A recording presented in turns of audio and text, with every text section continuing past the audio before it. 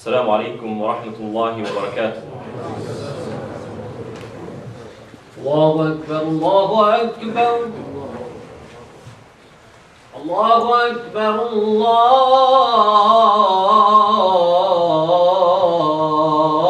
الله أكبر. أشهد أن لا إله إلا الله. أشهد أن لا إله إلا الله. أشهد أن محمدا رسول الله.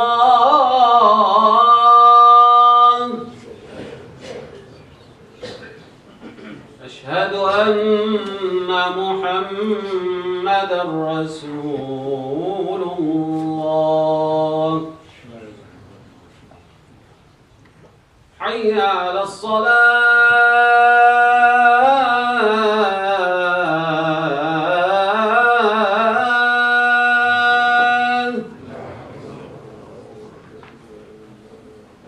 حي على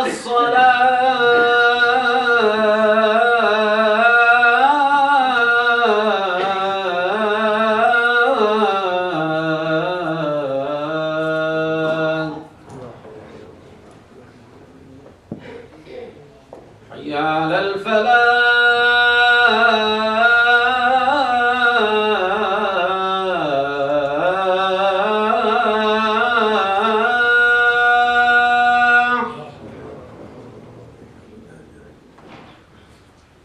حي على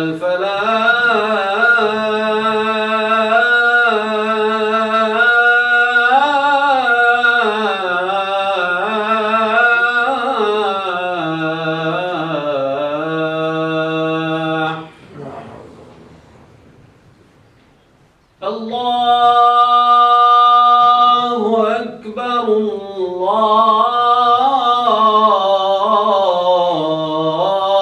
الله أكبر. لا إله إلا الله.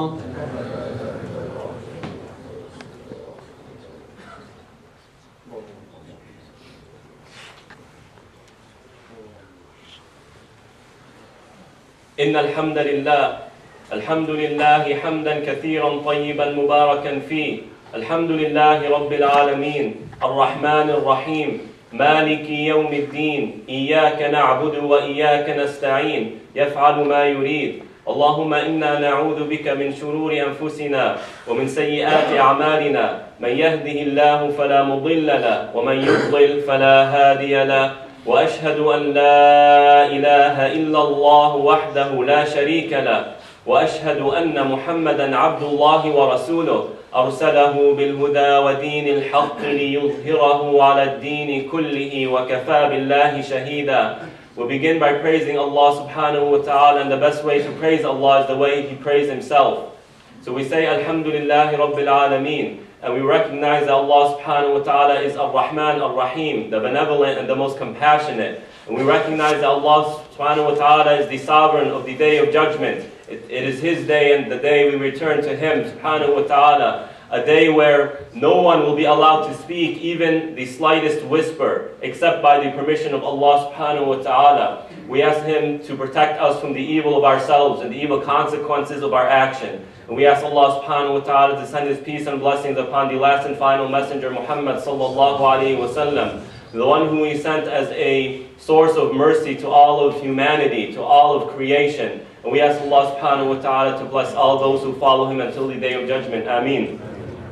يا أيها الناس اتقوا ربكم الذي خلقكم من نفس واحدة وخلق منها زوجها وبث منهما رجالا كثيرا ونساء واتقوا الله الذي تساءلون به والأرحام إن الله كان عليكم رقيبا. يا أيها الذين آمنوا اتقوا الله وقولوا قولا سديدا يصلح لكم أعمالكم ويغفر لكم ذنوبكم ومن يطع الله ورسوله فقد فاز فوزا عظيما. and we remind one another to be conscious of Allah subhanahu wa ta'ala, and know, my dear brothers and sisters in faith, that the one who is conscious of Allah is the one who will find happiness in this life and the next life. Amma ba'd.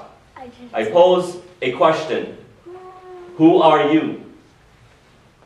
And if your answer is, my name is so and so, I pose the same question. Who are you? And if your answer is, I am from this land or from that land, or I am this color or that color, I pose the question again. Who are you? And if your answer is, my position is this, or I work in this place, or I live in that area, then I encourage you to reflect on the following. That the best way to define ourselves is that we are human beings. Because when we realize that we are a human, we recognize that we are a creation of Allah subhanahu wa ta'ala. And when we look at the Quran and how it describes the human being, look at what Allah tells us. He created us not like anything else. He created us with His own two hands, subhanahu wa ta'ala, to let us know that we are unique. And when He created us in a way that is beautiful, standing up straight. He honored us, وَلَقَدْ كَرَّمْنَا بَنِي آدَمَ, to let us know that we are an honorable, a noble creation. When He created us, He told the angels to prostrate to us, to Adam alayhi salam, to let us know that we are a revered creation of Allah subhanahu wa ta'ala, to the point where the pure angels, the friends of Allah subhanahu wa ta'ala, were told to prostrate to this new creation, to let us know we are revered. And when the enemy of mankind, the enemy of Allah, refused to prostrate, refused to revere Adam alayhi salam, Allah defended the human by expelling him from paradise, from that area, to let us know that we have an ally above 7 heavens who is willing to protect us from our enemies. And when we look at how Allah subhanahu wa ta'ala, when He created Adam, He put him in paradise, in a blessed land. Not just a blessed land, a land that is close to Him. The people of paradise are neighbors of Allah subhanahu wa ta'ala. To let us know that we are a creation who Allah wants to be close to, and wants us to be close to Him. When we look at how Adam alayhi salam ate from the tree, and he was exiled from paradise, but then Allah subhanahu wa ta'ala taught him how to regain his status.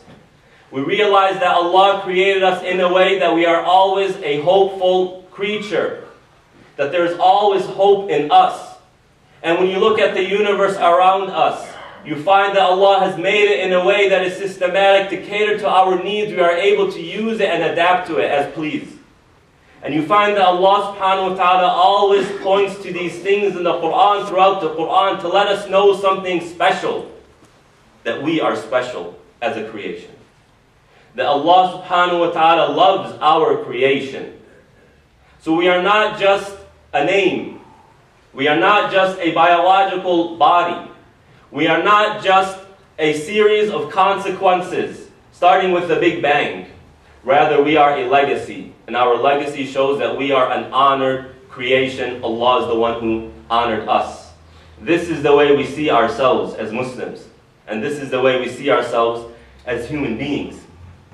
And this is very important when we engage the Quran. Because sometimes when we look at the Quran, it's telling us don't do this. And don't do that. And here we are living in modernity. Here we are living in a non-Muslim country, and we are able to live here. There's no problem. But it comes with challenges. There are so many forces around us, and each one is pulling, and each one is trying to pull harder. Whether it's the parents trying to pull the kids, or the kids trying to pull the parents, or if it's a certain ideology trying to pull, if it's the media trying to pull, we are being pulled left and right. And then we have this thing called the Quran, this book called the Quran, and it's telling us, don't follow them. And we feel like we are sucked in this vortex, in this spiral that it seems like the Quran is making it that much more difficult. And imagine, my dear brothers and sisters, the Prophet sallallahu alaihi wasallam, sallu ala Rasulillah. Imagine him being given this task, being given this Quran. He was a person who had status in his people. They respected him. They praised him. He was doing just fine. And now he has this book that completely flips his life around. And now he is struggling because of this book, this Quran. No doubt he had the feeling, man, I was doing fine before. And this Quran came, now my life is struggles. Not rejecting the Quran, not regretting that he has been given this Quran, but really contemplating to himself and dealing with his emotions. And no doubt we feel the same thing. If only the Quran didn't say this. If only this wasn't in the Quran. We wouldn't have to deal with all these controversies. Yet Allah subhanahu wa ta'ala counsels us. And listen to these verses in the beginning of Surah Taha, the 20th chapter.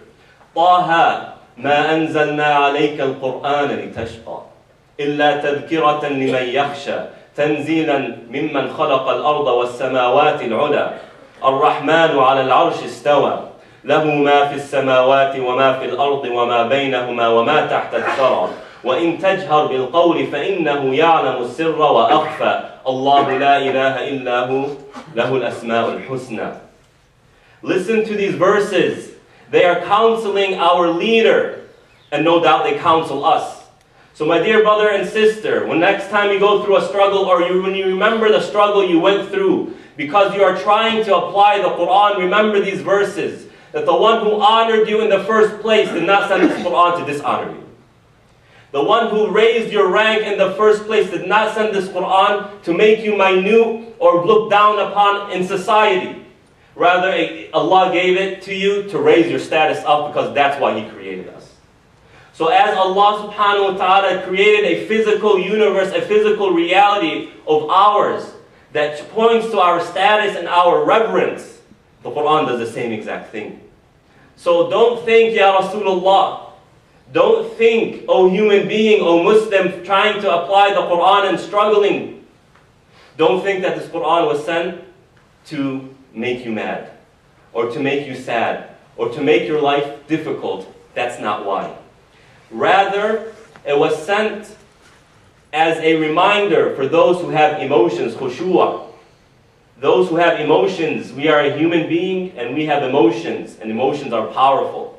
Emotions determine our behavior, therefore it talks to our emotions. And then Allah subhanahu wa ta'ala starts describing Himself to remind us that the one who sent down this book is the one who created the heavens and the earth. Look at them. The one who created the stars and the constellations, placing each star in its proper location to serve us.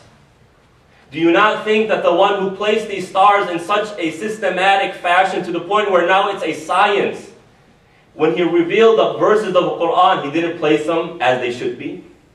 As we are capable to use the stars to navigate, as they look beautiful to us, know that the Quran is meant to help us navigate our own lives and to make our lives beautiful. Do you not see the world around you and the earth, how it caters to you? Know that this Quran caters to you. Do you not see, O human being, how you're capable of adapting to any environment, any situation with the mind that you have been given? Know that the Quran is able to adapt to your situation. Know that the Quran is able to take your situation and change it. Know that the Quran is able to make your difficulty easy. That is the point of the Quran. So don't think, Ya Rasulullah, that this verse, this Quran was sent down to make your life difficult. Rather, it came down to raise your status and to raise our status. But it's about following. And then Allah subhanahu wa ta'ala says, Ar-Rahmanu ala al-arsh istawa. He is the Rahman, the most benevolent, the most compassionate above the throne. Letting us know that the one above the throne, the king, the one who is managing this universe, manages it with His Rahmah, with His mercy. And therefore every verse of the Quran is meant to bring you mercy, meant to be compassionate towards you, meant to raise your status. Because Allah, the one who sent it down, is Ar-Rahman. And to Him belongs everything. And if we want to take from this, if we want the Quran to be mercy for us, if we want the Quran to raise our status, then know, Allahu la ilaha illahu lahu al-asma'ul husna. Know that there's nothing worthy of worship of Allah, so therefore worship Him. And He has the beautiful names to beautify your lives. Because Allah is Ar-Rahim, He loves those who have Rahmah. He is the most merciful, He loves those who have mercy. Allah subhanahu wa ta'ala is the most knowledgeable, He loves those who have knowledge. So as these names, you beautify our image of Allah subhanahu wa ta'ala. Those who uptake those names and digest them and reflect in their and use them to reflect in their daily lives, know that they become beautiful. And know that it beautifies their lives. So know, anyone here going through a struggle, or has gone through a struggle, know that that struggle is meant to raise your status, because that is the point. He raised our status in the beginning, and anything else that comes is to raise our status. It's about how we react to it. So my dear brothers and sisters, the Quran is here for us. And in the same chapter, towards the end, actually at the very end, the last few verses, Allah advises us. You want this Quran to raise your status as Allah raised your status as a human being? Here are some advice. وَلَا تَمُدَّنَّ عَيْنَيْكَ إِلَى مَا مَتَّعْنَا بِهِ أَزْوَاجًا زَهْرَةً فِي الْحَيَاةِ الدُّنْيَا لِنَفْتِنَهُمْ فِيهِ وَرِزْقُ رَبِّكَ خَيْرٌ وَأَبْقَى. If you want this Quran to truly affect your life, you need to take out that which is pulling you away from the Quran. And therefore, don't over-exaggerate materialism. Don't let your mind be revolved around materialism. And notice, I'm not saying achieving in this world, becoming wealthy in this world. I'm saying don't be attached to materialism. Because materialism is not what made human beings human beings.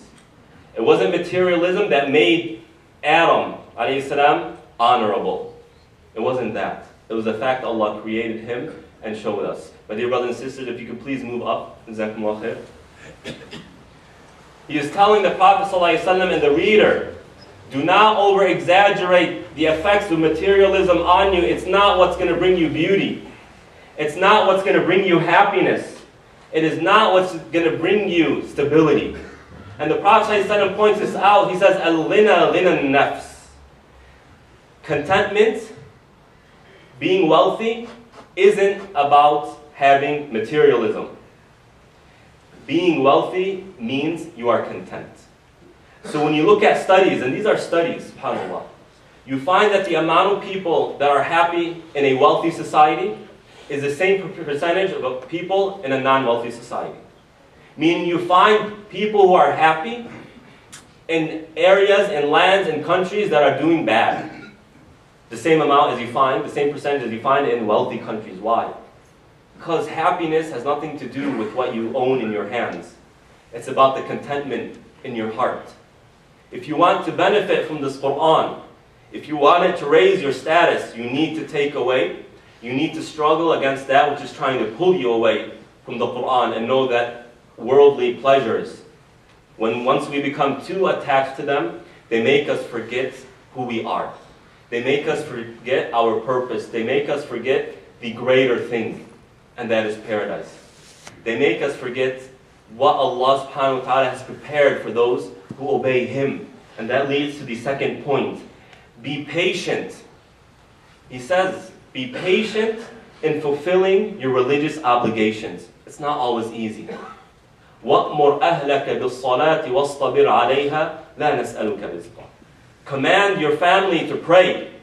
Dear fathers, you are responsible in the prayer of your children. Dear mothers, you are responsible of the prayer of your children. Teach them that. And be patient fulfilling the prayer, and be patient teaching them. It requires patience. When you go home from a long day of work and you are exhausted and now you have to pray Isha, or you have to get up for Fajr, be patient. Patience is a virtue, and there is a lot of reward. You will never regret getting up for Fajr prayer. You'll never regret it. I challenge you to ever think of a time you did a good deed and you regret doing it. So be patient in fulfilling your religious obligations. There's so much good. And if you come home and it's time to go to Isha prayer, you say, man, I have to get up and go and drive, and be patient. There's so much reward. And you will never regret it. Imagine on the Day of Judgment when you see that time, man, I went to Isha prayer or Fajr prayer when I didn't want to look at the reward. I'm going to enjoy this for the rest of eternity. Be patient. Just like Ramadan teaches us. The month that is coming, Allahumma ballighna Ramadan. May Allah subhanahu wa ta'ala allow us to witness Ramadan and get through it. And the month of patience, the month that teaches patience, be patient.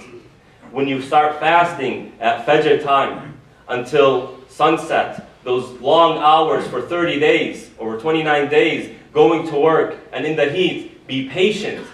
You will never regret it.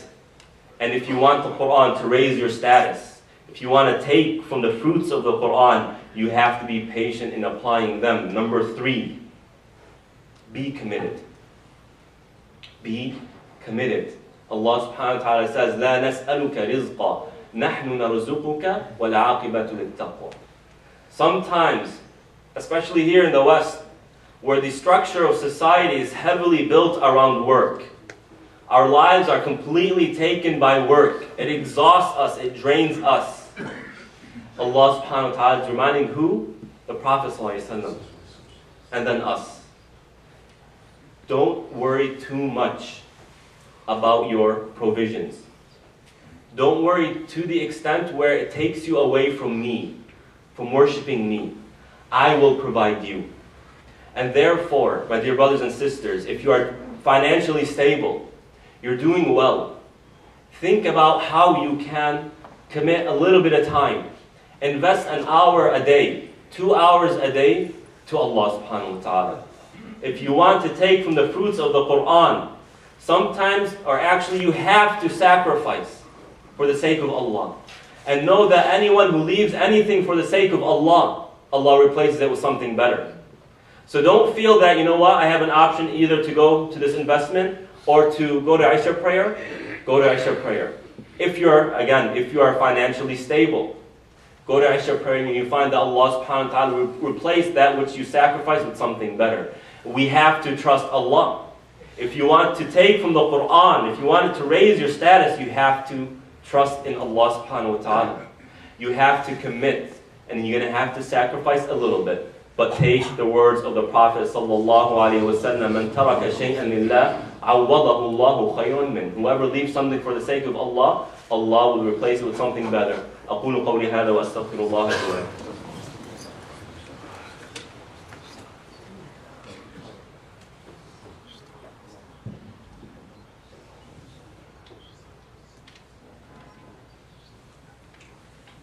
الحمد لله والصلاة والسلام على رسول الله وعلى آله وصحبه ومن والاه. Imam or Sheikh Yasser Bridges is a mashallah very valuable asset to Muslim American communities. Such a wonderful Sheikh.